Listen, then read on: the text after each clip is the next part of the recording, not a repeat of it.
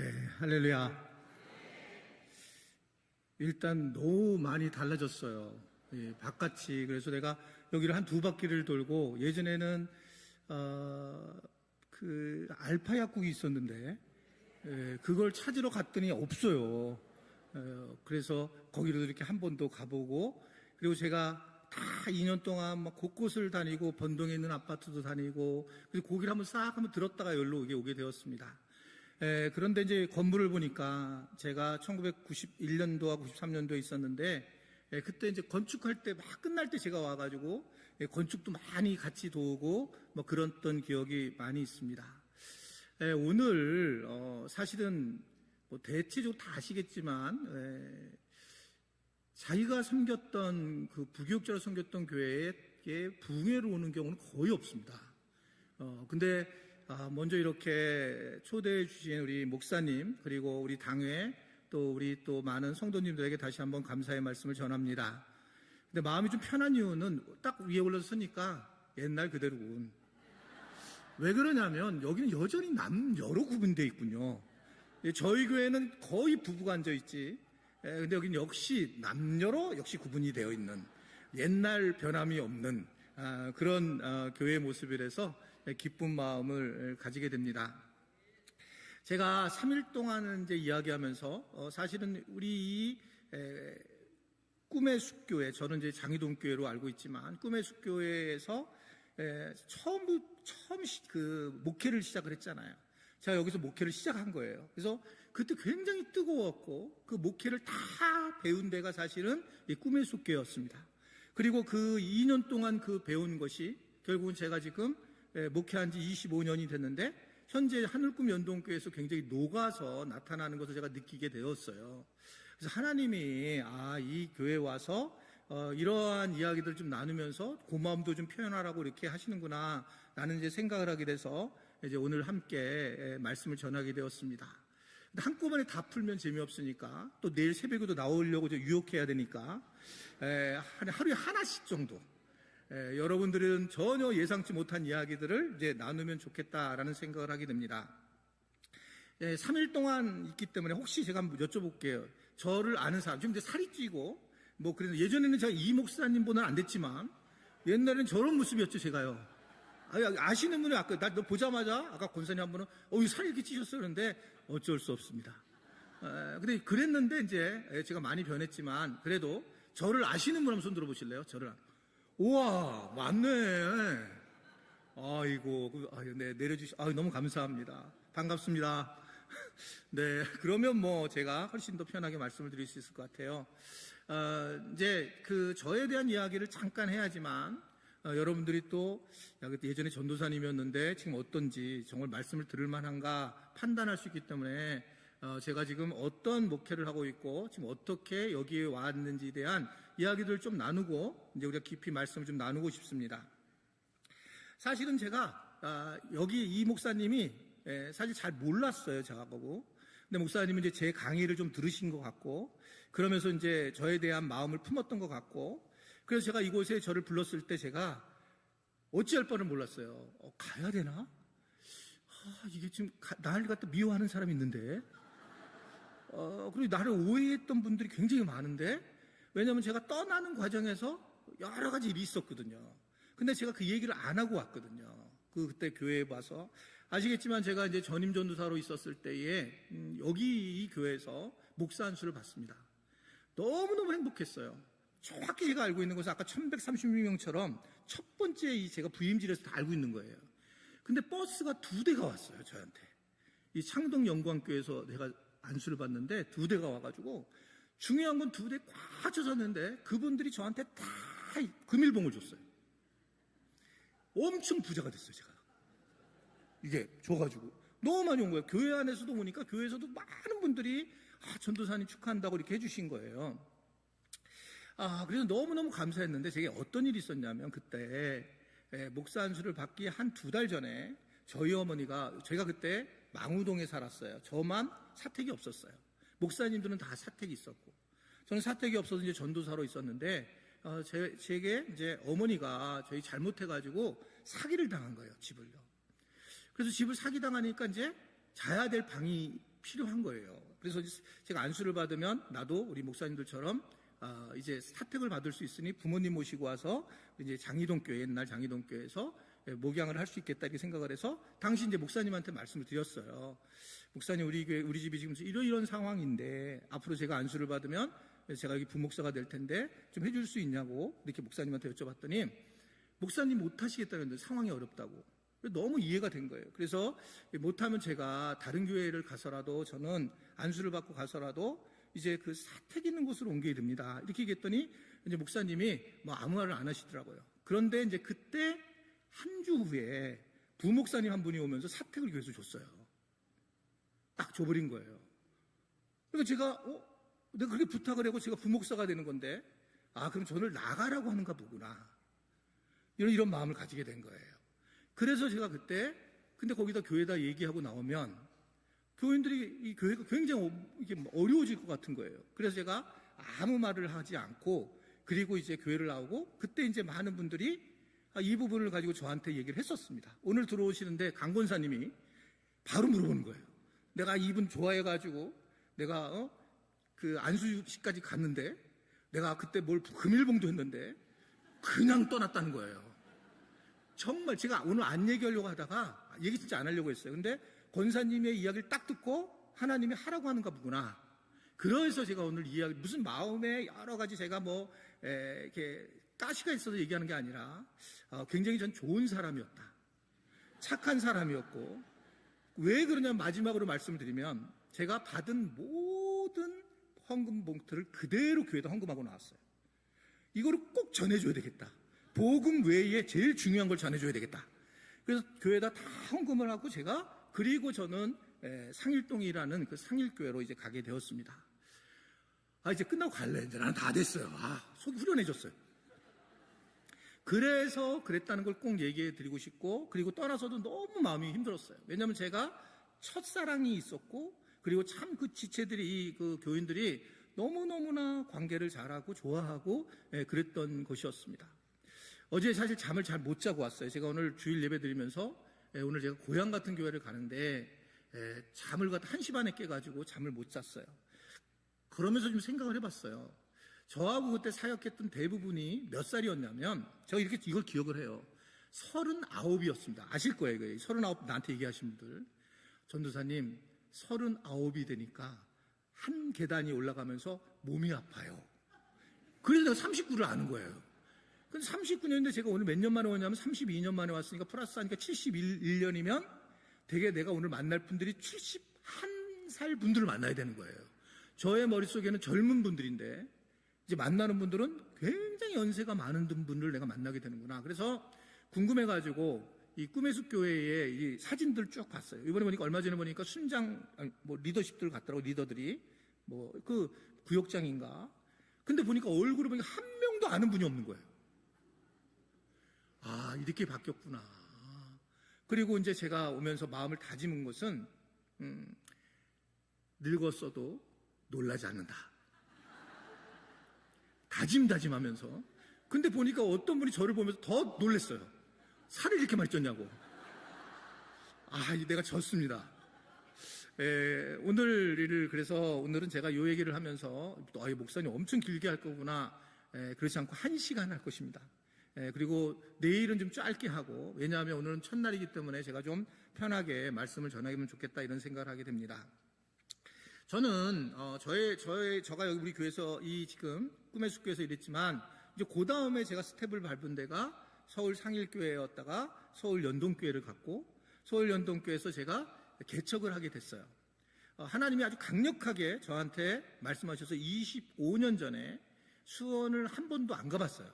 한 번도 안 가봤는데 수원이라는 곳에 가서 흥분한 나머지 성령께서 저를 붙잡아 주셔서 그랬던 것 같은데 그때 이제 개척을 하게 된 거예요. 서울 연동교회를 있었지만 저희 교회가 하늘꿈 연동교회니까 연동교회에서 뭘 해줬을 거라고 생각하죠? 이론도 없었어요. 그러면 왜 이름을 했느냐? 제가 나갈 때 여기 아마 다 아시겠지만 전 성실하게 하잖아요, 사역을요. 그러니까 그 교인들이 이렇게 집어줬어요, 저한테 돈을. 그게 8천만 원이었어요, 25년 전에. 개인으로 집어준 게. 너무 감사해서 제가 당에다가 제가 연동교회라는 이름을 붙이면 됩니까? 그랬더니 장로님들이 하든지 말든지. 그래가지고 지금까지 연동교회 이름을 붙고 그렇게 이제 교회를 개척하고 지금까지 왔습니다. 두 번에 저희 아내는 여기 정의호구 교사였어요. 그리고 그 아내의 퇴직금과 저희가 아파트를 두 번에 걸쳐서 교회에다 헌금하면서 저희가 교회 안에서 사택을 갖고 작년에 24년 만에 교회 안에 사택에서 제가 아파트를 가게 됐어요. 그 안에는 전적으로 이 교회 사역으로 모든 일들을 하게 되었고, 지난주에 창립 25주년이 되어서 25주년 예배를 드렸는데, 오늘 보니까 이거 50년이네요. 아주 비슷하네요. 제가 25년, 그 기간 동안에 어떤 일이 있었다라고 하는 겁니다. 교회를 세웠는데, 제가 이제 하나님의 은혜로 교회가 섰는데, 하나님께서 교회를 성장하도록 도와주셨어요. 그래서 맨 처음엔 수원이라고 하는 곳의 지역에서, 저는 서울 사람입니다. 할렐루야. 얼굴이 검하지만 서울 사람입니다. 근데 이제 수원에 처음 가가지고 나는 그때 이 소설에서 수원댁이라는 게 왜 수원댁이 나왔는지 알기 시작했어요. 서울댁하고 수원댁은 보면 수원댁은 진짜 짠순이들만 모여 있어요. 이게 너무 힘든 거예요. 저는 서울에서 목회를 하고 서울에서 자라는 사람인데, 그리고 너무 힘들어서 제가 맨 하나님 기도하면서 수원을 거꾸로 하면 뭐죠? 원수 같은 데서 나를 갖다가, 아니 내가 서울 강남 같은 데서 개척을 해야 되는데 여기서 해가지고 막 그러면서 내가 막 하나님한테 그랬습니다. 어떻든 그런 과정 중에 교회를 건축하게 됐고 100억 공사를 하게 됐어요. 100억 공사를 15년 전에 하게 됐고, 그리고 그때는 멤버십이 전체적으로 300명 정도가 있는데, 이게 교인들이 중심에 있는 게 아니에요. 지금 여기 이 꿈의 숲교회처럼 딱 중심이 있는 게 아니라 그냥 지금 모여있는 분들이니까 이 100억을 할 수 있는 게 이게 이 건축하기가 너무 어려운 겁니다. 그러다가 이 75억이 빚이었고 3개월에 1억씩 이자가 나가기 시작을 했어요. 그러면서 이제 그걸 진행을 했는데, 어떻든 간에 이제 중간에 이 얘기를 더 할 수 있으면 할 텐데, 이 두 달 후에 75억을 빚을 끝냅니다. 이런 거는 지금 남의 교회라고 박수 안 치잖아요, 이게. 그러니까 이 75억이라기, 그렇게 어쩌면 1년에 5억씩, 우리가 지금 선교사 40명 파송하고 있는데, 이 모든 일들을 다 하면서 이 교회가 하나님께서 70억을 갚셔서 이제 이 7월 뒤면 우리가 저희가 끝나요, 완전히. 이 빚이. 그런 이제 하나님께서 놀라운 은혜를 주셨다는 겁니다. 자, 그러면 이제 궁금하실 게 뭐냐면, 어떻게 교회가 이 성장을 했을까라고 생각을 하실 텐데, 저는 근본적으로 저는 교회를 살아가면서 이제 제가 모태신앙이란 말입니다. 서울 동신교회 모태신앙이어가지고, 그래서 저는 교회를 잘 아는 사람인 줄 알았어요. 근데 웬걸 교회를 진짜 개척을 하려고 딱 해보니까 내가 지금 아는 교회가 교회인가라는 생각을 가지기 시작을 했어요. 교회에 대한 고민을 하게 되고, 이게 내가 태어날 때 응애하고 태어났는데 그때 교회에 있었던 거예요. 그러니까 내가 이 교회가 어떤 것이 어떤 존재인지를 생각지도 못하고 나는 교회를 다니기 시작했고 믿게 되었다라고 하는 겁니다. 그러니까 이제 대체적으로 젊은 청년들이 자기가 이제 머리가 커서 내가 다니는 교회가 정말 교회인가라는 생각을 하게 되고, 이 교회를 정확하게 뭔지 모를 때에는 그 청년들한테 이걸 가르치지 않기 때문에 결국 교회를 떠나는 그런 부분이 많이 있다라고 하는 거죠. 여러분, 일반적으로 예배당과 교회는 완전히 달라요. 여기는 예배당입니다. 그냥 건물이에요, 여기는요. 그러니까 이게, 근데 교회는, 한번 저를 따라할까요? 교회는 사람이다. 교회는 원형질이고 다릅니다. 그러면 이제 이 교회가 어떻게 우리가 교회 신앙생활을 해야 될지가 보여져요. 근데 이 건물로 하게 되면 제가 여기서도 이 건물 할 때 제가 막 이 옆에 다 청소하고 막 이 별의별 일이 이 교회에서 있었었는데, 건물을 계속 관리를 했었죠, 이 교회를. 그래가지고 그때는 새 거였잖아요. 아주 새 거여가지고, 그래가지고 이걸 뭘 만들어서 누가 막 더럽게 하면 막 난리가 났었어요. 그러니까 예배당 마치 건물이 교회인 것 같은 그런 상황이 있었는데, 저는 개인적으로 그래서 이 교회에 대한 것이 정리가 안 되고 신학을 공부하기 시작했고, 그리고 제가 교회라는 것이 정리가 안 되면서 어떻게든 목회를 하게 된 거예요. 전 장신대, 이제 신대원을 들어갔는데 질문을 했어요, 저한테. 전도사님은 어떤 목회를 하고 싶은가라는 질문을 했어요. 어떤 교회를 하고 싶은가? 근데 저는 아주 쉽게 얘기했어요. 여의도 순복음교회 같은 교회, 영락교회, 이게 왜냐하면 조금 더 저는 사람을 많이 모이는 교회가 하나님이 원하시는 교회라고 생각한 거예요. 그게 교회라고 생각한 거예요. 그러니까 많이 모이게 하면 된다, 무조건. 이런 생각을 하게 되었습니다. 그러니까 이제 이 부분을 가지고 이제 제가 교회라고 생각했는데, 세월이 지나면서 이게 얼마나 제가 개척하면서 교회를 다시 밑창 이제 깔고 교회를 세워나가려고 할 때 굉장히 충격을 받습니다. 자, 이 대답을 하시면 꿈의 숲교회는 대단히 훌륭한 교회입니다. 자, 저한테 저의 교회 지금 개척한 옆에 수원성교회라고 4,000명이 모이는 교회가 있어요. 그 교회 한 교인이 저한테 왔어요. 제가 막 페인트 칠하고 있었어요. 도와줄 사람이 없으니까. 페인트를 칠하고 있는데 그분이 와서 저한테 이런 질문했는데 여러분들도 동일하게 대답을 하셔야 돼요. 목사님, 내가 여 옆에 다른 교회 아니고 내가 여기에 꿈의 숲교회를 내가 등록하고 싶어요.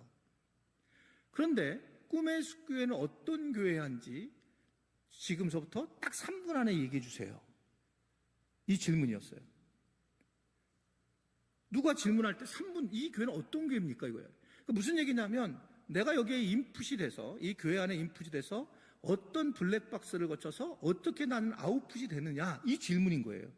개척교회를 놔두고 우리는 그냥 그 당시만 해도 목회가 안 되면 이 강대상에다가 입을 끌고 기도하면은 하나님이 들어주신다라고 하는 그런 생각을 가지고 목회를 하고 개척을 했는데, 이분은 무슨 얘기냐면 내가 이곳에 인풋이 되면 어떤 스트럭처, 어떤 목회 구조를 가지고 어떤 목회 철학을 가지고 나는 어떤 식으로 변화가 되는가에 대한 질문이었습니다. 정말 충격적이었어요, 저한테는. 아니, 그래서 그 당시만 해도 뭐가 유행하는 거냐면 우리 교회는 통합측의 교회로 비슷한 교회가 온누리교회, 영락교회, 꿈의 숲교회가 있으며, 이게 이제 전도지예요. 이게 대부분 다. 우리 교회가 어떤 교회인지에 대한 얘기보다는 그냥 교단에 대한 이야기, 그리고 좋은 교회를 내려줘서 우리 교회가 거기 속해 있다라는 것으로 이야기를 했는데, 그분은 뭐냐면 교회라고 하는 것을 정확하게 알려달라는 거예요, 나한테. 제가 그때 1년 뒤서부터 이제 교회론을 다시 공부하기 시작했고, 정말 교회가 뭔지 이런 걸 알게 된 거예요. 그러면서 몇 가지 깨달았는데, 성경에서 말하는 교회의 첫 번째는 뭐냐면, 성경에서 말하는 교회는, 한번 저를 따를까요? 교회는 예수님의 몸입니다. 다 아실 거예요, 이거는요. 그러니까 예수님이 에베소서 1장 22절에 보면 그를 만물 위의 교회의 머리로 삼으셨느니라, 교회는 그의 몸이니, 이렇게 얘기를 해요. 그러니까 뭐냐면 예수님이 머리시면서 몸이세요. 한마디로 예수님을 잘 믿는 사람은 교회를 잘 믿어야 된다는 거예요. 예수님을 잘 섬기는 사람은 교회를 잘 섬겨야 되는데, 교회가 뭐냐는 거예요. 근데 교회가 이게 정리가 안 되면 예수님에게 잘하면서 신앙생활은 막혀요.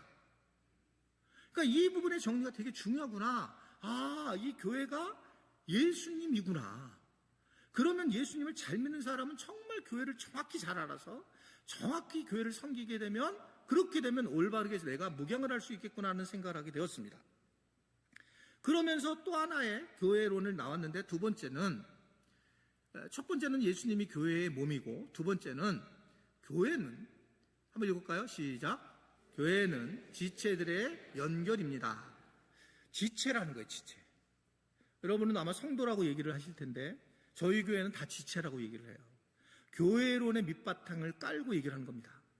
왜냐하면 고린도전서 12장 12절의 말씀을 보면, 자, 시작. 몸은 하나인데 지체가 있고 몸의 지체는 많으나 한 몸인 같이 그리스도도 그러하니라. 그러니까 예수님이 머리와 몸이 되면 나머지는 다 지체로 연결되어 있는 게 교회다라는 거예요. 그러니까 이게 성도라는 단어를 쓰면 뭐냐면 그냥 무리예요. 성스러운 무리. 그러니까 어떻게 보면 교회하고 상관이 없는 그냥 성도예요. 근데 지체라는 단어를 쓰게 되면 교회 안에 내가 손가락으로 사용이 되고, 나는 교회 안에서 나는 발로 사용이 되고 눈으로 사용이 되는 거예요. 교회 안에 달라붙어 있지 않으면 죽는 거예요. 예수님에게 달라붙지 않으면 죽는 겁니다. 그러니까 교회는 어떻게 해야 되냐면, 사실은 예배자를 만드는 게 아니라 사역자를 만드는 것이 교회의 본질 중에 되게 중요한 부분이에요.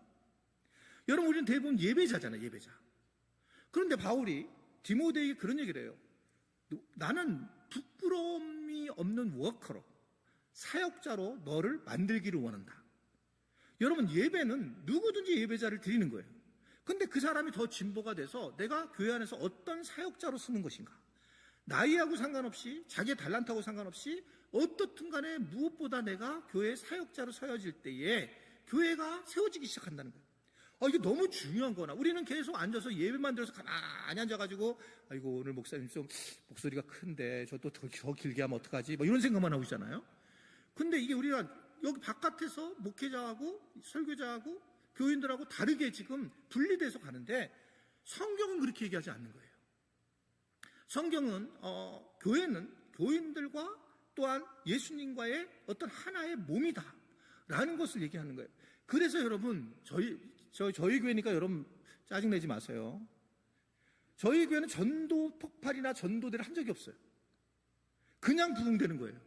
왜냐하면 이 교회 자체들이 지체로서 그냥 살아가게 되면 사람들이 바뀌기 시작하는 거예요. 그러면 주변의 사람들이, 야, 니네 교회 사람들 왜 이래? 그래갖고 제가 교회를 이제 세우고 처음에 한 4, 5년이 지났는데 서울연동교에서 전화가 많이 왔어요. 제가 서울연동에 있었다 그랬잖아요.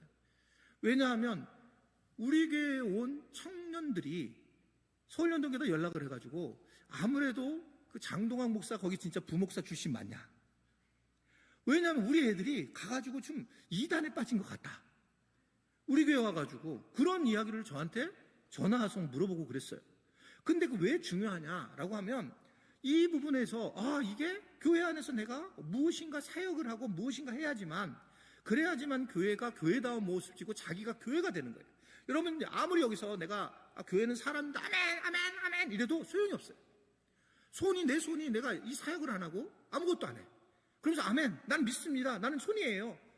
근데 교회 안에서 내가 어떤 일을 하냐는 거예요. 어떤 일 상관이 없어요. 어떤 일에도. 저희는 1인 1사역이라는 게 있습니다. 1인 1사역이라는 게 뭐냐면, 교회에 우리는 관리 집사님 같은 게 없어요. 전 교인들이 하나의 사역이 있어요. 그러면 화장실에 들어가면 창문 하나에 이름이 쓰여 있습니다. 여기 장동학 이렇게 써 있으면 그 화장실을 담당해서 토요일 정도에 권총을 가져와야 돼요. 파란색 권총. 이 유리 닦는 거, 글래스. 다 하나씩 들고 왔어요. 그래가지고 자기 이름인데 다 닦는 거예요. 막 토요일이 주일보다 더 사람이 많아. 그래가지고 서로 작은 일이지만 작은 1인 1사 하는 거예요. 화장실 하나를 담당하고. 그래서 본인이 거기에 최선을 다하고. 그러면서 이제 교회 하나로 실질적으로 들어오기 시작하는 그런 이제 모습을 보이게 되었습니다. 그래서 무엇보다 이 지체라고 하는 것을 중요해요. 여러분, 지체라는 단어가 정리가 되면 결국은 다 똑같다는 거예요. 저도 이제 목회자지만 여러분들은 지체라면, 만약 성도라면 저는 사도라고 얘기할 거예요, 제가. 근데 저는 지체예요. 그러니까 제가 죽으면 우리 교인들한테 뭐라고 얘기할 것 같아요? 저를 장동학 지체 이곳에 머물다 이렇게 얘기해야지, 내가 하나님 앞에 목사 아니다. 당연히 그러죠. 그리고 우리 교회, 제가 얘기해서 죄송한데 여기 다를 수 있습니다. 저는 그냥 우리 교회 얘기하는 거예요. 뭐 여러분들이 이제 홈페이지에 봐서 보셔도 알겠지만, 저희 교회는 가운을 입지 않습니다. 아무도. 그 가운을 벗기기 되게 어려웠어요. 근데 이유는 아주 간단한 거예요. 지체이기 때문에. 그러니까 전체가 저도 안 입고 찬양대도 안 입고 아무도 안 입어요. 저는 여기 바깥 밑에서 내려있다 같이 예배 드릴 때만 올라와서 저는 설교라는 사역을 하는 거예요, 저는요. 그리고 교인들은 다 똑같이 하는 거예요. 여러분, 1부, 2부, 3부 기도할 때에 그때 기도도 우린 장로님들이 3부 기도하는 거 안 해요. 그냥 1, 2, 3부에 그냥 똑같이 돌아가요. 뱅뱅뱅뱅. 이게 돌아갔어요. 그러면서 기도하는 거예요. 특별히 교회 안에서 무슨 권리를 가지지 못하는 이유는 지체라는 단어 때문에 그래요. 제가 손이 만약에 특별해가지고 나만 따로 해줘 이렇게 됐을 때에는 문제가 생기죠. 다 똑같이 하는 것이 굉장히 중요하다. 그래서 이제 제가 교회를 세우면서 제일 밑바탕에 어떤 것을 했냐면, 저를 한번 따라할까요? 상대방을 있는 그대로 봐줘라. 교회는 서로를 있는 그대로 봐줘야 돼요. 거기에 자기가 뭔가 비판을 씌우고 자기가 판단하게 되면 교회는 굉장히 큰 어려움을 겪게 됩니다. 그러니까 있는 그대로 봐주는 거예요. 털털하게 아닌 거면 그냥 있는 분들로 봐주는 거예요. 그냥 팬티만 안 보이면 짧은 옷도 괜찮아. 근데 그거 가지고 어른들이 뭐 짧게 입었다고 이렇게 하면 청년들이 오질 않아요. 그러니까 그냥 애들이 청년들이 그냥 여기 요새는 좀 조금 힘들긴 해요. 그냥 혓바닥에다 들어가지고 이렇게 다 이해가 됐는데 뭐 딴 데 귀까지나 뭐 이런 데 코는 괜찮겠는데 혓바닥은 내가 좀 당황스럽지만 그런 애들이 와야 되는 게 교회잖아요. 아멘이십니까? 아멘 안 해도 돼요. 저는 어차피 3일 있다 갈 거예요. 그게 청년들이랑 누구나 다 와서 할 수 있는 그런 것이 교회지. 제가 생각하는 거는 교회는 어떻게 아주 단순하게 이거였어요. 교회를 오면 다들 말을 조심하는 거예요. 아니 교회에서 왜 말을 조심하냐는 거예요. 여러분 교회는 저는 교회 와서 교인들 누구나 마음껏 얘기하는 교회를 만들어줘야겠다. 마음껏. 저희 교회 순모임이 주일날 끝나면 막 엄청나게 모입니다. 엄청나게 모여요. 그러면 그 주일날 모일 때에 이 남자들은 4시간, 5시간 순모임을 해요. 이게 늙으면 남자들이 더 말이 많습니다. 엄청 말이 많아요. 그래가지고 얘기를 막 하는 거예요. 근데 그때 뭘 얘기를 하냐면 제가 뭘 원했냐면 내가 교회에 와서 나 자살하고 싶다. 이 정도 얘기를 해야 되는 게 교회 아니에요? 그래. 이해돼. 얼마나 힘들면 그러겠어. 근데 거기서 자살하면 지옥 간다? 무슨 교회예요, 그게요? 죄송합니다. 화를 내면 안 되지. 아니, 교회라는 것은 상대방을 누구나 와도 포용해주고 안아주고 예수님이 그러셨는데 이게 교회구나. 그래서 교회에 와서는 무슨들인지 얘기를 하게 되고 그래서 우리 교회는 말을 하는 교회예요. 하여튼 무조건 말을 하게 해야 돼. 하여튼 그래서 말을 하게 되니까 뒤에서 나오는 얘기가 좀 죽어요. 근데 말을 안 하면 계속 뒤에서 막 씻고 왜 교회가 왜 이러는데 계속 말을 하게 하는 거예요. 말을 하게 하는 왜냐하면 지체니까. 그래서 교회가 이게 중요한 거구나라는 걸 알게 됐어요. 그리고 또 하나의 교회론의 저 중요한 부분은 에베소서 2장 20절과 22절의 말씀인데 자 시작. 너희는 사도들과 선지자들의 터 위에 세우심을 자니라. 그리스도 예수께서 친히 모퉁이 돌이 되셨느니라. 그의 안에서 건물마다 서로 연결하여 하나님의 처소가 되기 위하여 그리스도 예수 안에서 함께 지어져 가느니라. 예수님이 머릿돌이 돼서 교회가 어떤 곳이냐라고 하는 것을 그림을 얘기하냐면 유기체인데 사람끼리 여러분 지체들끼리 연결되어 있다는 거예요. 바울이 얘기하는 게 다 사람끼리 연결되어 있는데 이게 영어 성경으로 보면 비동사 플러스 ing예요. 현재 진행이에요. 제가 외대 영어과 나왔습니다. 요 옆에 있는 학교. 네. 이게 비동사 플러스 ing가 돼가지고 현재 진행형인 거예요. 현재 진행형으로 이렇게 지금 교회가 이 건물을 지어가는 게 아니라 우리 여러분들 지체들이 점점 건강하게 모여서 막 이게 지어져 가는 거예요. 하나님의 유니버설 처치가. 이게 이제 교회, 막 이 교회를 이 로컬 처치 말고도 유니버설 처치가 있는 거예요. 우주적인 교회가. 여러분 여기는 지금 지역교회인데 지역교회를 떠나서 하나님이 원하시는 것은 바울처럼 수리아 안디옥 교회, 예루살렘 교회 이런 것처럼 하나님이 원하시는 교회는 이 전체를 아우르는 이 지체들의 모임의 교회를 굉장히 중시했다는 거예요. 이거를요. 물론 로컬 처치도 중요하지만 그래서 이게 교회라고 하는 부분이 사도와 선지자의 터 위에서 세워졌고 그리고 예수님이 머릿돌이 되었고 지체들이 연결돼서 그렇게 교회를 세웠다. 이제 이걸 제가 알게 된 거예요. 그래서 좋다. 그렇다면 이걸 바탕으로 나도 이제 내가 교회를 세워야 되겠다라는 생각을 하고 이제 교회를 시작했어요. 잘 됐을까요? 안 됐을까요? 잘 안 됩니다. 그냥 정말 속이 상했어요. 제가 개척을 시작할 때 교회를 세워나갈 때가 한국교회가 무너질 때였어요. 한국교회가. 건축가도 다 무너지고 큰 교회도 안 오고 그런 시대였는데 제일 제가 마음이 상한 거는 베스킨 라빈슨이라고 하는 31 그 아이스집이 처음으로 그 율전동 수원에서 생겨요. 우리 동네에서. 줄을 서서 먹었더라고 이것들이. 아니 줄을 서서 먹어 아이스크림을. 근데 교회에는 한 명도 안 오는 거예요. 이게 왜 이러지? 그래서 이게 제가 있었을 때 이 꿈의 숲 교회 있을 때도 새 가족이 엄청 왔다니까요. 그때 1136명이 됐다니까. 1, 2, 3부만. 지금 몇 명인지 제가 모르겠지만. 전 우리 교인들은 모르는데 그때 왜 꿈의 숲 교회를 내가 알고 있어 이거를 내가 역사를. 근데 그렇게 해서 막 새가족들이 여기도 굉장히 왔어요. 이게 무슨, 이 아파트가 없었어도 정말 많이 왔어요, 여기요. 이 교회가. 굉장히 하나님이 정말 축복해주는 교회였어요. 그래서 그런 교회에서 뭐 이렇게 저도 했으니 가만히 개척하면 올 줄 알았지. 근데 한 명도 안 모이는 거예요. 그러면서 굉장히 충격을 받습니다, 제가. 그러면서, 야, 이게 어떻게, 뭐가 지금 문제지? 그랬어요. 근데 개척을 하면, 여러분 이제 기존 이렇게 교회는 목회자가 좀 잘못하면 목회자를 내쫓아요. 여기는 안 그러십니다. 안 그러세요? 근데 못하면 내쫓아요. 근데 개척교회는 목회자하고 부딪히면 지가 나가. 떠나버리는 거예요, 그냥요. 못 내추니까. 근데 나갈 때 한마디를 늘 하는 게 있어요. 여러분도 이런 얘기 많이 하셨을 거예요. 우리 목사님은 사랑이 없어, 사랑이. 아니, 내가 아내만 사랑하면 되지, 지들을 왜 사랑하나? 아내만 사랑하면 되는 거지. 근데 사랑이 없다는 거예요. 주로 얘기하는 게 교회 불만이 교회가 사랑이 없대. 그래서 이게 내가 너무, 그래? 사랑에 대한 걸 왜 이렇게 얘기를 하지? 그리고 제가 하나님 앞에 간절히 기도하면서 교회에 대한 정의를 하게 됐습니다. 한번 저를 따를까요? 교회는 사랑 공동체입니다.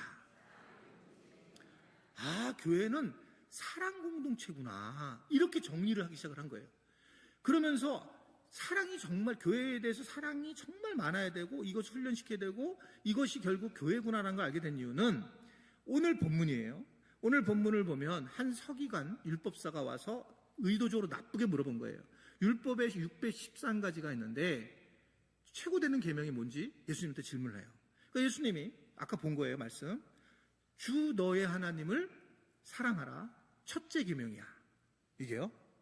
근데 그 뒤에 저한테 이 글씨 하나가 쑥 뛰어오르는 게 있어요. 둘째도 그와 같다. 내 이웃을 내 몸과 같이 사랑하라. 이 말씀이었는데 하나님을 사랑하고 사람을 사랑하는 게 같아? 와! 하나님을 정말 여기서 여러분이 사랑한다면 사람을 사랑하는 거구나. 이게 저한테 확 다가온 거예요. 그러면 그렇구나. 그러니까 예수님을 잘 믿는 사람은 사람을 사랑하는 사람이고 사람을 사랑하는 사람은 예수님도 사랑하는 거고 이게 연결되어 있구나라고 하는 것들을 개인적으로 느끼게 되었습니다. 그러면서 나중에 성경을 봤더니 놀라운 게 보이기 시작하는 거예요. 여러분, 우리가 잘못 알고 있는 거 하나가 뭐냐면 하나님을 믿는 것으로 마치는 거예요. 여러분, 성경을 잘 보면 하나님을 믿게 되면 사랑하라는 거예요. 왜냐하면 본질이 하나님이 사랑이시기 때문에 그래요. 하나님은 사랑이시죠? 근데 여러분들이 이제 하나님보다 기도하는데 주야 안 믿어지니까 쌍시오세계에서 미샤옵나이다. 여기 우리 이 학교 이 꿈의 숲교에서 그랬어요. 저기 새벽기도 때마다 미쌍시오세계. 저도 그걸 왜 그런지 몰랐어요. 근데 본인이 얼마나 안 믿어지만 막 미십니다 이렇게 써요. 미십니다. 그러니까 근데 그 사람은 인격적으로 바뀌냐 안 바뀌는 거예요. 왜 그러냐면 믿음으로만 쓰기 때문에 그래요. 여러분, 믿음은 하나님과의 관계 속에서 일방적입니다. 믿음에 대한 거는. 그러니까 내가 하나님을 믿어요. 그럼 거기서 끝마치게 되면 한국교회가 그 다음 나가지 못한 이유는 그런 하나님을 내가 믿는데 이걸 끝마친 거예요. 그러니까 변화가 안 일어난 거예요. 그런데 성경은 하나님은 사랑이시라고 얘기하는 거예요. 그러면 여러분 무슨 얘기냐면 지금 오늘 말씀을 들으면서 하나님을 지금 믿는 건 다 믿어요. 근데 하나님을 사랑하냐는 거예요, 여러분들이. 이건 전혀 다른 문제예요. 하나님 내가 사랑해서 못 견디겠습니다, 지금. 내가 너무 하나님 사랑해요. 이런 사람만이 진짜 하나님 믿는 사람들이거든요. 근데 우리는 믿습니다로 끝난 거예요. 사랑을 사랑한다는 걸 우리는 잊어버렸구나. 그런데 놀라운 거는 성경을 보면 요한 1서 4장 7절 8절도 마찬가지인데 우리를 뭐라고 부르냐면 사랑하는 자들로 우리를 불러요. 저는 장동학이 아니에요. 저는 사랑하는 자들아예요. 그래서 니네끼리도 서로 사랑하라는 거예요.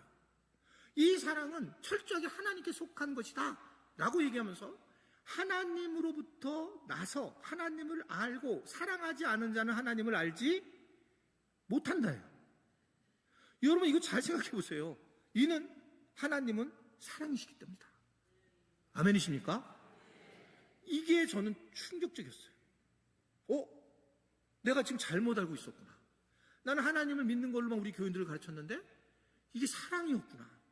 그리고 사랑이라는 것을 생각해보니까 대부분도 사랑도 어떻게 되냐면 우리 교회도 지금 그걸 잘못해서 그대로 놨는데 이기적으로 다 얘기해요. 그러니까 어떻게 되냐면 주로 사랑의 교회도 마찬가지지만 대부분 교회가 많이 붙인 게 뭡니까? 하나님은 사랑이십니다잖아요. 조금만 생각해봐도 이게 얼마나 이기적인 건지 아는 거예요. 맞습니다만 본질적으로.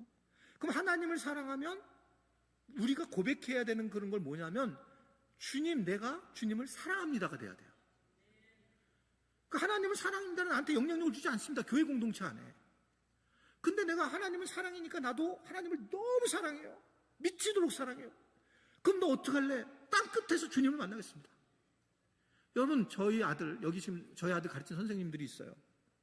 죄송하지만 제가 이렇게 살이 쪘지만 저희 아들은 2배입니다. 할렐루야. 중요한 포인트는 아프리카 케냐의 선교사인데 주님이 이렇게 찌게 했어요. 지금 4년 차인데 아프리카 케냐에 가서 선교사가 됐어요. 여러분 여기 선생님들 많이 있어요. 왜냐면 그때 아들만 있을 때, 우리 아들인만 있을 때만 여기 유치부 선생님들이 저랑 유치부 제가 담당했었거든요. 우리 아들을 알아요. 걔가 애를 셋 낳았어요. 그리고 그 자기가 있는 장소가 어디냐면 나이로비 수도에서 5시간 떨어진 시골에서 있어요. 본인이. 그래서 이번에 국민일보에 지난주에 30대의 선교사를 세워야 된다는 것에서 첫 번째로 우리 아들을 국민일보가 실었어요. 30대 초반이 애 셋 데리고 가가지고 그곳에서 지금 선교를 얼마나 잘하고 있는지를 얘기하면 안 되지, 나는. 굉장히 놀란 거예요, 하나님이요. 그럼 얘가 어떻게 그게 가능하냐? 하나님을 사랑하면 네가 대가 지불해야지. 제가 가라고 얘기한 적이 없어요. 하나님을 사랑하는 사람들은 이렇게 살면 안 되는 거예요. 이렇게 죽으면 안 되는 거예요. 하나님을 사랑하는데, 내가 하나님을 얼마나 사랑하는데, 막 오늘 찬양 너무 잘하시더라고, 목사님 찬양인도. 막 진짜 성령 충만하게 하는데 얼마나 힘들지 모르겠어요, 저 가지고. 왜냐면 이게 끌고 가잖아요. 여러분, 하나님을 찬양하는 사람들은 벌떡벌떡 일어나는 거예요. 어떻게 내가 못 견뎌가지고. 그리고 막 다 이 바닥에 엎드려서 막 하나님 앞에 엎드려서 자복하고 어떻게든 내가 하나님을 영광을 돌리려고 하는 거죠. 이게 보통 하나님을 사랑하는 사람들 이야기인데 우리는 어디서 끝마치냐면 하나님은 사랑이셔. 아무 일도 안 일어나는 거죠. 그리고 나서 보니까 성경이 막 뚫리기 시작하는 거예요. 믿음, 소망, 사랑, 그 중에 제일이 그래서 그렇구나. 이 사랑은 굉장히 중요한 거구나. 이 기준 너무 중요한 거구나. 이걸 알기 시작한 거예요. 사랑에 대한 부분들이 너무 중요하고 하나님도 사랑이고 너희가 서로 사랑하면 사람들이 알더라는 거예요. 근데 사랑을 가르쳐 준 적이 없어. 교회가. 여러분 사랑하실 분들 아멘 하시기 바랍니다. 아멘만 해. 하지 마죠 지금요. 아무 일도 안 일어나요. 성경을 보면 찬송가도 주의 음성을 내가 들으니 믿음 가지란 말인가. 뭐예요? 사랑하라는 말인 거예요. 사랑이 정말 중요하구나. 근데 제가 그때 어떤 일이 있었냐면 개인적으로 이 사랑에 대한 것들을 해야 되면서 이제 많은 사람들이 정말 사랑에 굶주려 있다는 걸 알게 됐어요. 그리고 7년 차에 되는데 교회가 한 200~300으로 그때 뭐 또 대단한 거였어요. 개척교회에서 200~300명이 된 거가. 설교 내가 잘할 것 같아, 모를 것 같아요? 이거 내가 3일 있다 간다니까요. 잘할 것 같아요, 못할 것 같아요? 잘하니까 죄송하지만 이쪽 교회보다 큰 것 같아요, 우리 교회가요. 죄송합니다. 주여, 하나님 앞에 좀 사죄했어요, 지금. 아내가 워워 그랬는데 교만하지 말라고. 그게 제가 예를 들면 이제 설교를 하다가 어떤 마음이 들었냐면 진짜 이 사랑이라는 게 정말 교인들한테 정말 중요한가 이런 고민에 빠진 거예요. 그래서 내가 사랑에 대한 얘기를 계속했어요. 교인들한테 우리는 사랑이야. 사랑하지 않으면 너희들은 서로 못 느껴요. 그 사랑을 해야지만 하나님과도 사랑하고 우리 교인들끼리도 사랑하고 이게 교회야. 다른 건 떠나서 무조건 사랑을 해야 되는 부분을 그럼 어떻게 이걸 가르쳐야 되니 고민에 빠졌겠죠. 그러다가 용서해 주시기 바랍니다. 제가 어떻든 제가 32년 만에 왔으니까 제가 제 설교 제목을 뭘로 정했냐면 모두가 사랑이구나. 그래갖고 설교 제목을 모두가 사랑이에요 이거 정한 거예요. 1부는 그때 교사들이 드리는 예배고 2부는 이제 교인들이 드리는 예배였는데 제가 이제 이 설교의 제목을 하고 그리고 이제 끝나면서 남자 두 집사님이 해바라기가 아니라 해버럭입니다. 해버럭이로 기타를 치면서 이제 이 찬양을 한 거예요. 근데 이제 찬양을 하는데 2부 때 이 찬양을 하는데 이런 찬양을 한 거죠. 모두가 사랑이에요. 사랑하는 사람도 많고요. 사랑해줄 사람도 많았어요. 모두가 사랑이에요. 콧날이 시큰해지고 근데 이렇게 고식이었어요. 제가 혼자 여기 앉아 있었던 거죠. 그 두 분이 이제 그 찬양을 불렀어요. 근데 설교할 때는 눈물 한 방울도 안 흘렸던 완악한 분들이 콧날이 시큰해. 근데 진짜 여기서 콧날이 빨개지는 거야, 다 교인들이. 그리고 막 눈이 빨개지는 거예요. 정말 저는 충격이었어요. 막 교인들이 너무너무 외로워하는 거예요. 그러면서 진짜 정말 사랑을 굶주렸고 이 하나님의 사랑을 전해야 되는구나. 지금 이러한 찬양, 어쨌든 가요인데 이거를 보고도 이렇게 외로워하는데 정말 하나님의 사랑을 전해줘야 되겠구나. 그래서 이 외로움, 하나님이 우리를 외롭게 한 이유는 하나님을 만나게 한 거구나. 아멘이세요? 우리는 외로워요. 우리는 누구나, 여러분 예수 믿고도 외롭다니까요. 그래서 우리에게 필요한 것은 하나님인 거예요. 그게 이제 눈에 딱 띄는 거야. 와, 하나님이 그래서 우리가 외로웠고 그 외로운 사람들이 하나님을 만나게 하는 복이구나. 그래서 고난이 축복인 거구나. 하나님을 만나게 하는 거구나. 이런 걸 깨닫게 된 거죠. 그런데 결국은 그러나 이제 그러면 하나님 사랑을 가르치고 사람을 사랑하는 방식을 가르치면 이제 목회는 잘 되겠다라고 그렇게 이제 생각을 하게 됐습니다. 그러다가 내일 저녁 집회 때 메인 강의인데 어떤 일이 벌어졌냐면 저는 이제 부부에 대해 관심이 많았어요. 부부에 대해서. 왜 그러냐면 에베소서 5장 31절과 33절의 말씀을 보면 자 읽어보겠습니다. 시작. 그러므로 사람이 부모를 떠나 이 비밀이 크도다. 나는 그리스도와 교회에 대하여 말하노라. 그러나 너희도 각각 자기의 아내를 사랑하기를 자신과 같이 하고 아내도 자기 남편을 존경하라. 이 얘기는 뭐냐면 교회와 그리스도의 이야기가 부부의 이야기하고 연결되어 있다는 걸 얘기를 하는 거예요. 이게 저는 이제 현장에서 목회를 하면서 알게 된 건데 이제 이 부부들이 이렇게 지금 여러분들 여기 부부가 앉아 있는 분들도 계시잖아요. 근데 부부가 이렇게 앉아 있을 때 여기 이제 만약에 아내가 있으면 둘이 관계가 좋으면 몸이 약간 이렇게 가요. 둘이 관계가 좋으면. 근데 둘이 부흥회를 하고 왔어요. 싸우고 왔어요. 그러면 자기도 모르는 사이에 약간 삐뚤어져 있어요. 이렇게. 근데 이게 목회자들은 설교하면 다 알아요. 이거를요. 몸이 싫은 거야. 몸이. 근데 옆에 앉아 있었는데 그냥 약간 이렇게 들려있고. 근데 묘한 게 뭐였냐면 부부끼리 서로 관계가 좋아가지고 그리고 설교를 이렇게 하게 되면 막 둘이 하나님이 여러분을 사랑하시면 아멘 하시기 바랍니다. 둘이 좋아 관계가요. 그러면 둘이서 막 웃으면서 아멘 이렇게 부부관계가 좋으면 막 서로 아멘 하면 근데 둘이 이제 대붕해 심령 대붕해를 하고 왔어요. 이건 이제 이혼까지 얘기하고 온 거예요. 그러면 몸이 이렇게 완전히 돼가지고 제가 얘기를 주님이 사랑하시면 여러분 아멘 하시기 바랍니다. 그러면 아무 얘기를 안 하는 거예요. 그리고 눈이 팩팩 돌아가. 아까 이거한테 확 그냥 아유 진짜 이러는 거예요. 그래서 제가 나갈 때 뭐 교인이 적었으니까 혹시 오늘 부부싸움 했어요? 그러면 어머, 목사님 예언의 은사가 있는가 봐요. 투시의 은사가 있는 거예요. 이러는 거예요. 왜냐면 앉으면 다 보이는 거거든요. 앉으면 다 보여요. 이렇게 해요. 이게 신기해요. 여러분들이 오늘 말씀의 은혜를 받고 있으면 어떻게 하냐면 전체가 이렇게 앞으로 오게 될 거예요. 전체가. 이게 앞으로. 근데 이 말씀이 나하고 좀 오늘 안 맞는다 그러면 이게 뒤로 가요. 이렇게.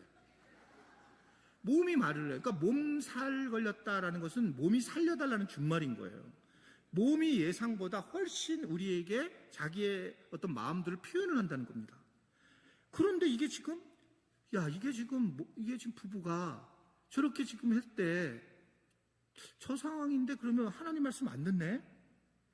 근데 제가 공부를 뭘 했냐면 박사학위를 떠나기 전에 저 이제 실질적으로 박사학위를 공부한 이유는 이제 큰 교회 가려고 생각했어요. 그래가지고 좋은 차도 타고 가방끈을 좀 길게 하면 그러면 이제 뭐 서울연동교 정도만 가도 이제 큰 교회 담임 목사로 가고 저랑 같이 있었던 목사님도 지금 우리 총회장이에요. 김용걸 목사님이. 나도 그런 길을 가겠다 이렇게 생각했던 거죠.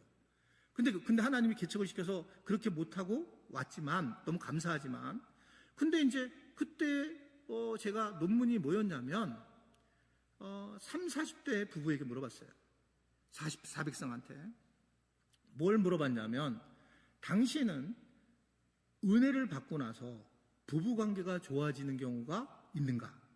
또 반대로 부부관계가 행복해지니까 하나님과의 관계 그리고 은혜를 내가 받는데 도움을 받는가? 근데 한국교회는 어떻게 정리를 하고 그때까지 왔었냐면 은혜를 받으면 부부가 결국 어떤 상황에도 괜찮아요. 제가 여기 그때 있을 때에도 이 교회에 있을 때도 부흥회를 하게 되면 막 뒤에 이렇게 누군가가 막 이렇게 혼자 와가지고 막 이불 쓰고 앉은 분들 그런 분들이 계셨어요. 남편이 괴롭혀가지고 못 가게 해가지고 옷을 벗겨가지고 그리고 저쪽 구석에 앉아가지고 계셨던 분들도 계셔요.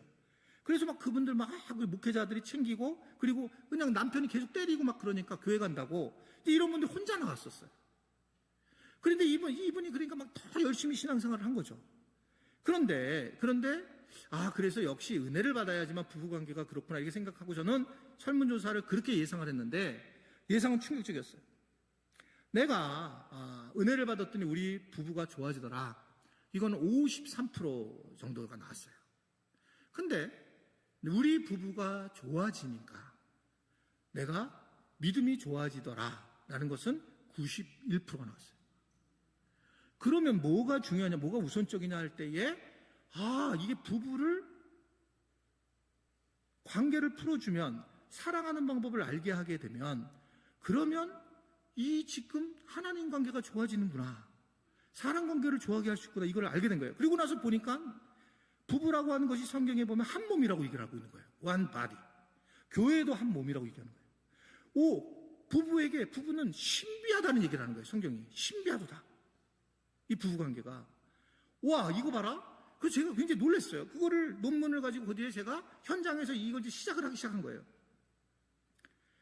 그러니까 결국은 어떤 일이 벌어졌냐. 거기 이 부부를 이제 훈련을 시키면서 그러면서 이제 부부 사랑학교라는 걸 만들고, 이게 제가 내일 얘기할 거라고 말씀을 드린 건데, 부부 사랑학교라는 프로그램을 하기 시작을 했어요. 이게 무슨 뜻이냐면 부부는 사랑을 배워야 된다는 거예요. 그냥 여러분 그냥 신앙생활 하면서 부부관계 하는 건 너무너무 어렵습니다. 너무너무 어려워요. 저희 아내를 많이 아는데 저희 아내가 수학 선생님이었어요. 여기 정의여고에. 저는 영어를 전공했어요. 제가 예전에는 이 정도로 껌하지 않았어요. 근데 우리 부부끼리 싸우다가 이렇게 됐어요. 너무 힘든 거예요. 왜냐하면 이 수학을 가지고 있는 수학적인 생각을 나는 이 돈 계산을 잘하는 줄 알았더니 그게 아니라 이 조직력이, 이 안에 있는 조직이 중요한 거지. 그러니까 제가 설교하면 이렇게 빨간색으로 제가 이렇게 해달라고 그러면 다 빨간색이에요. 이걸 왜 했냐는 거예요. 이 예화를. 그럼 저는 눈물 나잖아. 아니, 눈물 나지만 이걸 왜 해? 우리 아내는 ISTJ이고 저는 ENFJ예요. 눈물 나잖아. 아니, 눈물 나는 거 이해가 돼. 그때 여기 이쪽에 있을 때 제가 여기서 훈련받은 거예요. 그때 우리 아내한테 이 설교를. 그때요. 그런데 이게 결국은 이게 우리 아내하고 저랑 이거 해결을 해나가는데 너무 고통스러웠어요. 그래서 이거를 갖다가 누군가가 개입해서 이걸 쉽게 해결해 주면 좋겠다라고 생각을 한 거예요. 그게 제가 어제도 44기 부부사랑학교 우리 교회에서 했어요. 부부사랑학교를 하면 결과적으로 어떤 일이 벌어지냐면, 부부는 사랑하는 것을 배워야 하는 거예요. 둘이서 죽어도 안 됩니다. 할 얘기가 내가 너무 많으니까. 내가 이거를, 나도 할 얘기 많아. 그러니까 이 부부는 교회에 와서 생활하는 것보다 훨씬 힘든 거예요, 부부들이. 근데 부부는 한 몸이라고 하는데, 이 한 몸에 대한 이 사랑을 해보지 못했는데 어떻게 하나님을 사랑하고 사람을 사랑하냐는 거예요. 여러분, 부부사랑학교를 하면 남자가 변할까요? 여자가 변할까요? 중얼중얼하지 말고 얘기하세요. 남자가 정말 훌륭하신 분이시다. 이게 이제 저도 이제 이걸 30년을 해봤기 때문에 이제 변화는 많이 있어요. 중간에 많은 변화가 있는데 이제 지금은 좀 바뀌었어요. 저희 교회는 남성 특세라는 프로그램이 있어요. 한 달에 한 번씩 남자들이 특세를 해요. 이번 주 도래할 때 특세를 하는데 100여 명 남자들이 모여요. 근데 거기서 모여가지고 토요일 아침 6시에 모이는데 모여가지고 삼겹살을 구먹고 수육을 만들고 무슨 먹고 6시 반에 7시에 먹어요. 그리고 동해에 가서 회를 떠와요. 밤새도. 그래서 아침에 회를 먹고 남자들이 제가 페이북에 다 올려서 다 알아요. 많은 분들이. 그래서 그들이 와가지고 남자들이 너무너무 행복해하는 거예요. 기도하는 게. 그러니까 옛날에는 보지 못했던 거예요. 왜 그러냐면 옛날에는 제가 한세대학교 교수였었는데 여의도 순복음교회. 예전에는 여의도 순복음교회는 주로 기도하는 게 여성분들이었죠. 왜냐하면 남자들이 하도 눌러가지고 막 한이 맺혀가지고 막 그러는데. 근데 지금은 우리 교회는 여러분 제가 저를 보시면 알겠지만 별로 성령 충만하지 않잖아요. 저를 보면. 근데 가장 성령 충만한 데가 어디냐면 남성 특세예요.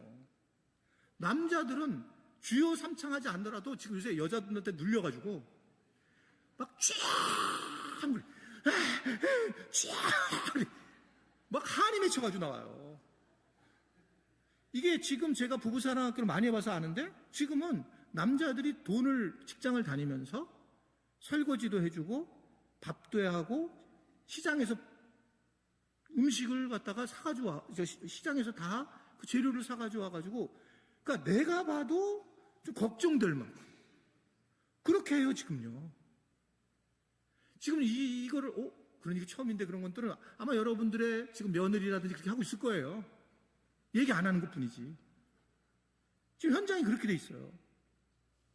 그런 상황에서 대등하게 하게 되고 그런 과정에서 했더니 누가 바뀌냐면 남자들이 하나님을 사랑하는 게 이렇게 하는 거구나. 즉 부부를 사랑하는 게 이렇게 사람을 사랑하니까 이제 이들이 뭘 알았냐면 이 하나님 만나는 방법을 아는 거예요. 이 남자들이. 그러니까 제일 남자들이 많이 울어요. 남자들이 많이 우는데 많이 우니까 아까 얘기했잖아요. 4-5시간 한다고. 순모임을 하는데. 그래서 계속 그런 얘기를 하는 거예요. 남자들의 변화가 일어나고 그러니까 남자들이 사역의 중심으로 왔어요. 우리 교회는 남성 사역이 모든 게 중심이에요. 그러니까 뭐 우리 교회도 똑같이 아마 여기도 그러실 텐데 이제 점심을 갖다가 이제 국수를 삶아주는데 이 국수를 그 위에 올리는 거 있잖아요. 뭐라 그러죠? 고물? 네, 고명. 토요일 날 남자들이 다 나와가지고 고명하고 남자들이 와서 국수 삶아가지고 남자들이 퍼서 주고 남자들이 설거지하고 남자들이 짬밥을 갖다 주고 남자들이 갖다 주고 남자들이 하고 있어요. 다 완벽하게. 저희 교회는. 여기도 남자들이 다 하죠? 그러시겠죠. 아니에요?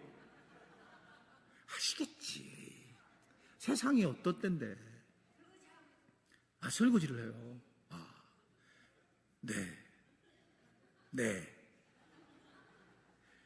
뭐를 하는 게 중요한 건 아니지만 저는 뭘 말씀드리고 싶은 거냐면 이 남자들이 은혜를 받게 되니까 이게 억지로 한 게 아니에요. 은혜를 받게 되니까 본인들이 이 부분에 참여하는 거예요. 저희 교회는 선교를 많이 하는 교회입니다. 지금. 그러니까 25주년 때에 저희들이 하이파이브 비전을 던져오면서 한 사람이 2명을 전도해서 3,000명 교회를 만들어서 40명의 선교사를 돕고 5명의 자체 선교사를 파송한다가 저희 교회였어요. 빚이 있어도 그렇게 왔어요. 그런데 제가 3,000명 교회를 만드는 것은 하나님이 원하시지 않는다. 이게 제 마음에. 그래서 3,000명 교회는 아니지만 3,000명 교회 같이 먼저 우리가 헌신하자. 40명의 선교사를 돕고 있고 5명의 선교사 중에 이제 아까 저희 아들 선교사도 들어가 있고 발칸 쪽에 2 평신도 선교사가 지금 가 있어요. 그리고 이번에 들어왔어요. 이 평신도 선교사들에게 우리 비행값을 다 줘가지고. 여러분, 그들이 불가리아라고 하는 곳에 가 있어요. 우리 교단 선교사들인데. 근데 그곳에 가봤더니, 불가리아를 가봤더니, 이 필리핀은 우리 교단만 300명이 있어요, 선교사들이. 근데 이 발칸 쪽에는 전체 선교사가 70명이 합쳐도 12나라에. 그래서 제가 바보같이 멀리 가는 건데 이게 지금 그걸 생각해가지고 내가 안 해야 되는데 나는 흥분이 좀 되거든요, 흥분이. 그래서 내가 안 되겠다고 해서 발칸을 품는 교회라고 막 딱 써가지고 저희 교회 교패는 있다만 합니다. 발칸과 다음 세대를 품은 교회, 이렇게. 하늘꿈연동교회. 그리고 이제 교인들 다 붙인 거예요. 그래가지고 이제 발칸을 품게 되었는데 그 발칸에 여러분 이렇게 평신도들이 같이 있던 분들이 10년차, 15년차 됐어요, 지금요. 선교 목사님한테 선교 비전을 사가지고 이제 들어갔고, 그리고 우리 교인들이 그분들을 위해서 기도하고 재정을 붓는 거예요.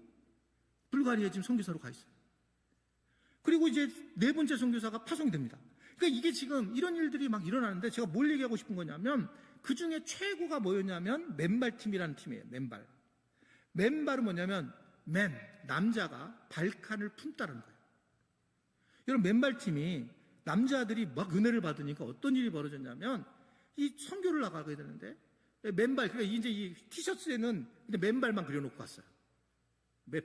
맨이 남자가 발칸을 품다 그러는데 이렇게 하고 갔는데 가는 곳마다 이제 눈물을 흘렸어요.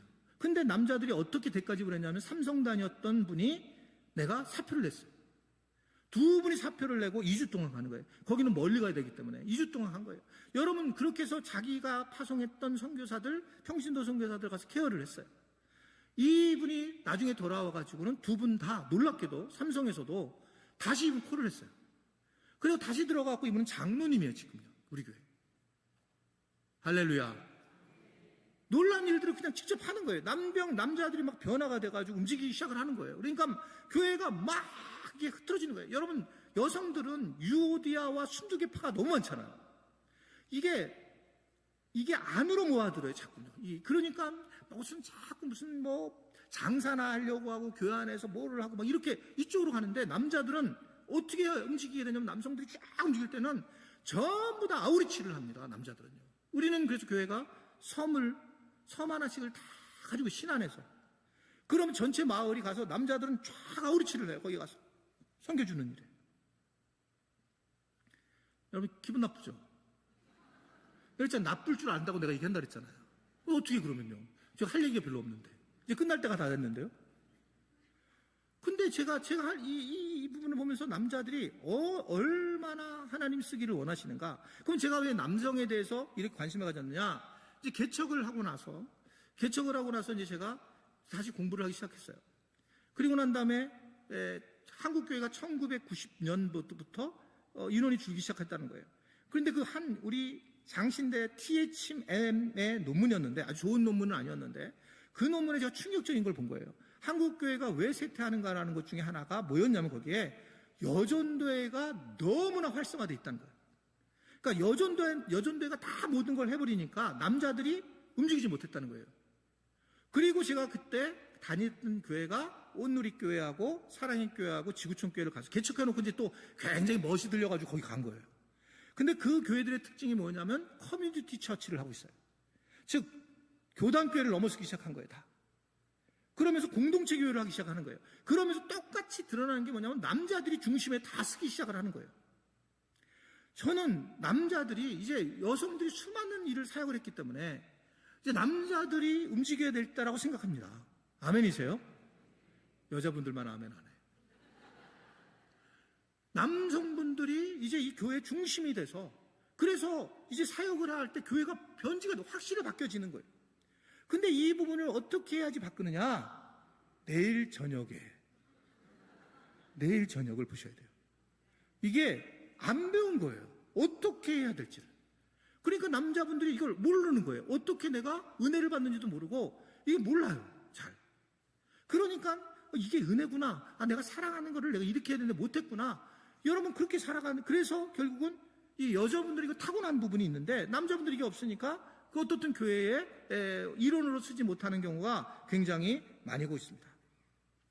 부부라고 하는 거가 매우 중요한, 그러니까 부부를 가르쳤더니 결국은 야 진짜 한 몸이 되는구나, 이 경험을 하면서, 그러면서 어떤 일이 벌어지냐면 하나님 사랑을 이렇게 하는 거구나, 하나님의 사랑을 이렇게 하는 거고 사람을 이렇게 사랑해야 되는구나, 그러면서 교회가 점진적으로 건강해지는 과정으로 가게 됐다라고 하는 겁니다.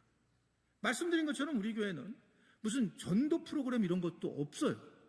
없고 그냥 본인들이 행복하게 사는 거예요. 그래서 우리 교회의 표가 뭐냐면 이 앞에 써 있는 거는 가정에서 가정 예배자로, 세상에서 생활 선교사로, 세상에 나가서 생활 선교사로 살아가라는 거예요. 그러면 자동적으로 우리 교회가 부흥 안 돼도 된다는 거예요. 자동적으로 교회 공동체에 사람들이 모여지는데, 여러분 이 교회가 사람이라면 이 사람이 잘 살아야 되는 거예요, 세상에서. 그럼 이 사람을 보고 내가 와서, 이 사람을 보고 내가 이 교회에 나오는 거지 예수님 보고 나오지 않습니다. 예수님을 만나는 우리의 모습을 보고 교회로 나오는 거죠. 그러니까 당연히 이 땅에서 우리가 그냥 살면 안 되고 생활 선교사로 살아. 그래서 우리는 아예 예배 드릴 때마다 외쳐요. 가정에서 하는 교회들이 가정 예배자로, 세상에서 생활 선교사로. 교회는 여러분 다 하는 게 아니에요. 교회는 여러분, 이게 교회가 모든 걸 모여가지고 다 할 수 없어요. 근데 우리는 자꾸 교회 안에서 다 하려고 해요. 교회에서 그러니까 자꾸 모이게 하고 자꾸 뭘 하려고 한다는 거죠. 저희 교회는 저녁 예배가 없습니다. 너무 예배가 많아요. 너무 설교를 많이 들어서 설교 중독자들이 됐어요. 여러분 예배, 일부 예배 이 목사님 얘기 설교 많이 듣고, 그리고 쉐어를 할 그룹이 있어서 말씀을 들으니까 나한테 이렇게 말씀하셨어, 너는 어떠냐, 나도 이렇게 좀 가야 되는데, 말씀을 씻고 곧 씹어야 되는데 말씀의 은혜 확 받다가 오후 3시가 돼서 또 말씀을 들으면 또 막 확 받다가 저녁에 조금 기분이 안 좋으면 또 가서 CBS 듣고 받다가, 그러다가 또 그다음 아침 새벽 기도 나가지고 말씀을 받다가, 그러다 이게 조금 오늘 마음에 안 들면 다시 유튜브 틀어서 2번 듣다가, 매일 설교 듣는 거, 매일 설교 중독. 안 변해요. 그러니까 뭐냐, 어떻게 생각하냐면 판단이 딱 쓰는 거죠. 이 목사님 설교 잘해, 못해. 설교 판단이 드니까 자기 영혼에 아무런 도전이 안 들어오는 거예요. 없앴어요, 4, 5년 전에. 그리고 주일날은 주일 설교, 내가 잘해서가 아니라 주일 설교 듣고 소그룹에서 나누고, 그 다음에 현장에 가서 생활선교사의 삶을 살고. 그래서 우리는 이런 부활절이라든지 성탄절 때 5,000원씩 줘요, 전교인. 5,000원 쓰라고 가서. 그러면 이분들이 놀래요. 왜 교회에서 돈을 받아요? 본인들이 헌금한 거잖아요, 자기들이. 그래서 5,000원을 줘서 가지고 가면 이거를 어떤 접촉점이 되는 거예요, 접촉점. 가가지고 주면서 뭐냐 그러면 오늘 부활절인데 이거 교회에서 준 거예요. 우리 교회 얘기하지 말라는 거예요. 그러면 그분들이 교회가 이렇게? 그래서 뭔가 영향력을 미치기 시작하는 거예요. 지나가는 할머니한테, 폐지 있는 할머니한테 드리고. 근데 중요한 포인트는 우리 교회라고 얘기하지 마라. 그냥 나눠줘라. 세상의 빛과 소금의 역할을 해라. 근데 여러분 누가 은혜 받는 줄 아세요? 교인들이 은혜 받아요. 교인들이 그냥 가가지고, 시장 가가지고 이 두부 파는 아줌마한테 맨날 5,000원 깎으려고 하다가 5,000원을 주고 오네. 그리고 그분이 이거 도대체 어느 교회 다니냐고. 알 필요 없다고. 다 알아요, 나중에 알아. 꿈의 숲교인지. 근데 그런 영향력이 있어야 돼요. 그냥 막 억지로 하는 게 아니라 그런 영향력이 있어야 된다는 거죠. 여러분 교회는 그래서 가정을 돕는 거고, 교회는 세상에서 잘 살게 만드는 게 교회예요. 그리고 여러분들은 여기서 예배를 드리고 그 안에 사역자로 세워지지만 나머지는 다 세상에 나가서 하는 거예요. 그래서 이 교회를 갖다가 어떻게 얘기를 하고 있냐면 모이는 교회와 흩어지는 교회로 나누어요. 그러니까 우리 한국 교회는 모이는 교회로 너무 자랐단 말이에요. 모이는 교회. 근데 저는 이 모이는 교회가 오래전부터 이게 정말 맞는 건가? 교회론에 고민을 했어요. 이 교회, 모이는 교회가. 그래서 몇 명 모였다. 그래서 우리 교회는 몇 명 모였다가 없어요. 제가 뒤에서 이거 많이 했어요. 이거 짝짝짝짝짝짝. 이거 다니면서 이거 누르는 거 있잖아요. 번호수. 여러분 모르셨구나. 내가 그거 완벽하게 한 거예요. 뒤에다 딱 들어올 때 1명, 2명, 3명, 4명 이렇게 뒤에서 눌러가지고.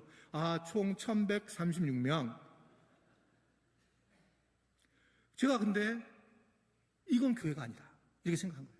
숫자가 뭐가 의미냐? 근데 왜 숫자가 제가 그렇게 생각을 하게 됐냐면, 제가 이제 교회 개척을 해보니까 70명이 됐을 때에 70명이 다 오면 막 흥분을 해요, 제가. 근데 2명만 빠지면 이 인간이 왜 빠졌지? 내가 설교를 잘못해서 딴 교회 갔나? 막 이러면서 굉장히 실망하는 거예요. 사람 수를 세니까. 근데 그 당시에 다윗의 인구조사를 제가 큐티를 하게 됐어요. 여러분, 다윗이 인구가 몇 명이라는 얘기를 해서 하나님 앞에 큰 고난을 당합니다. 왜 그러냐면 사람 숫자를 센다는 얘기는 자기 힘을 얘기하는 거예요. 자기 힘. 그러니까 그때부터 저는 지금까지 우리 교회가 사람의 숫자가 몇 명인지 모릅니다. 여러분들이 그래서 내가 근데 뭐 어떻게 알아요? 대강 이렇게 봐서 아는 거지. 저는 우리 교회 숫자가 너무 많아서 몰라요. 나 아닙니다. 그냥 원래 관심이 없어요. 그런데 이제 이렇게 어떻게 알았냐? 이번에 이제 코로나 때 알게 된 거예요. 코로나 때 이제 전교인한테 문자를 보내야 되고 이런 상황이 됐어요. 보니까 한 1,400에서 1,500명이더라, 우리 교회가. 그 정도 되더라고요.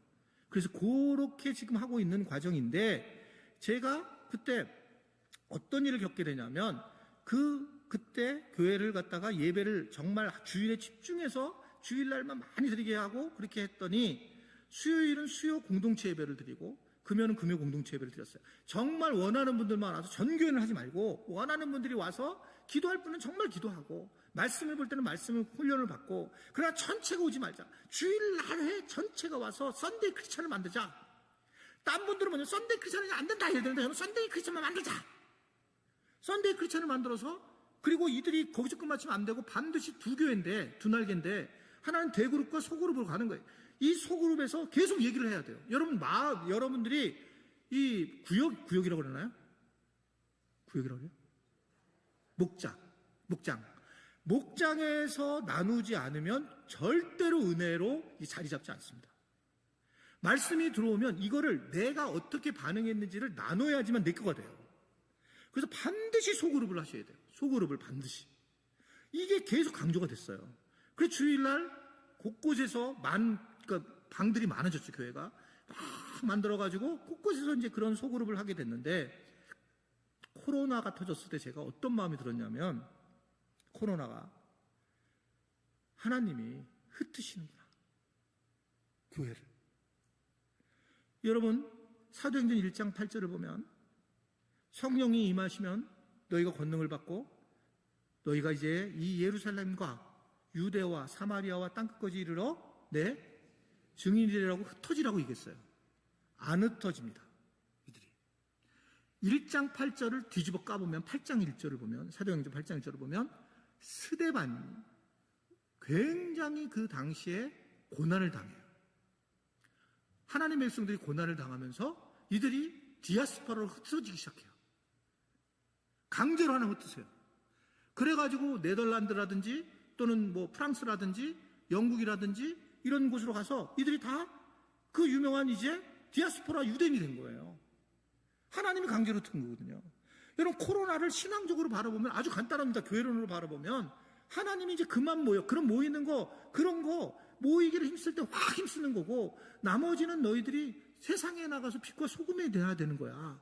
이렇게 말씀하고 있다는 걸 여러분 믿으시기를 바랍니다. 세상에 나가서 빛과 소금이 돼야지 계속 예배만 드리면 안 된다라는 거예요. 이제 이거를 저는 우리 교회가 코로나 전에 선언을 하기 시작을 했어요. 2, 3년.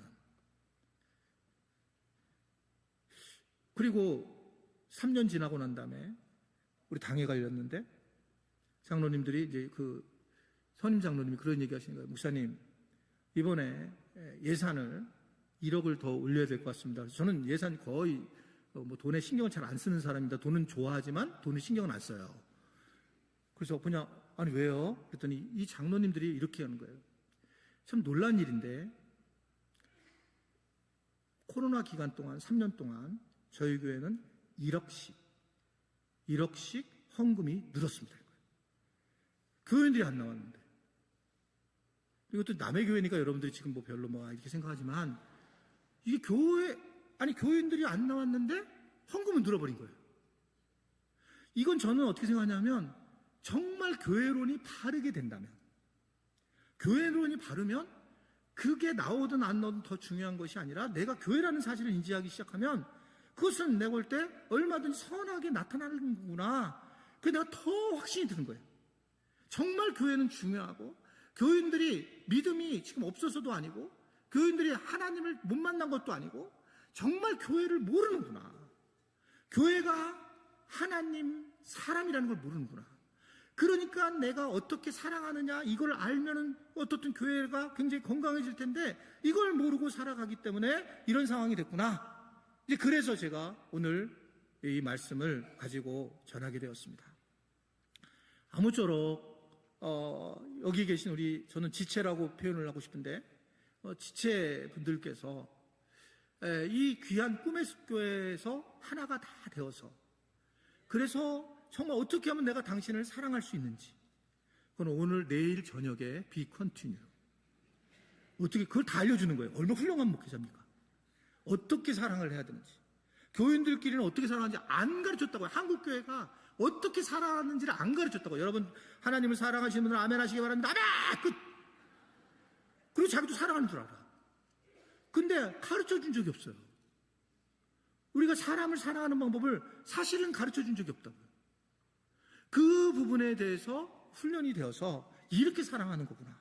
이거를 하게 됐을 때 교회가 올바르게 세워질 수 있다라고 생각합니다. 저는 어떻든 간에 이번에 와서 우리 꿈의 숲교회에서 굉장히 저는 큰 은혜를 많이 받은 사람이고 사랑도 많이 받은 사람이고 또 많은 부분에서 훈련도 이 꿈의 숲교회에서 하게 된 사람입니다. 그래서 혹시라도 제가 거칠게 얘기를 하더라도 많은 걸 주려고 하는 거지 어떻게든 많은 것을 좀 나눠드려야 되겠다. 이런 마음으로 제가 말씀을 전한다는 걸 아시고 여러분들 모두가 이 교회에 대해서 잘 이해하시고 교회를 잘 세워나가는 은혜가 있기를 주님의 이름으로 부탁을 드립니다.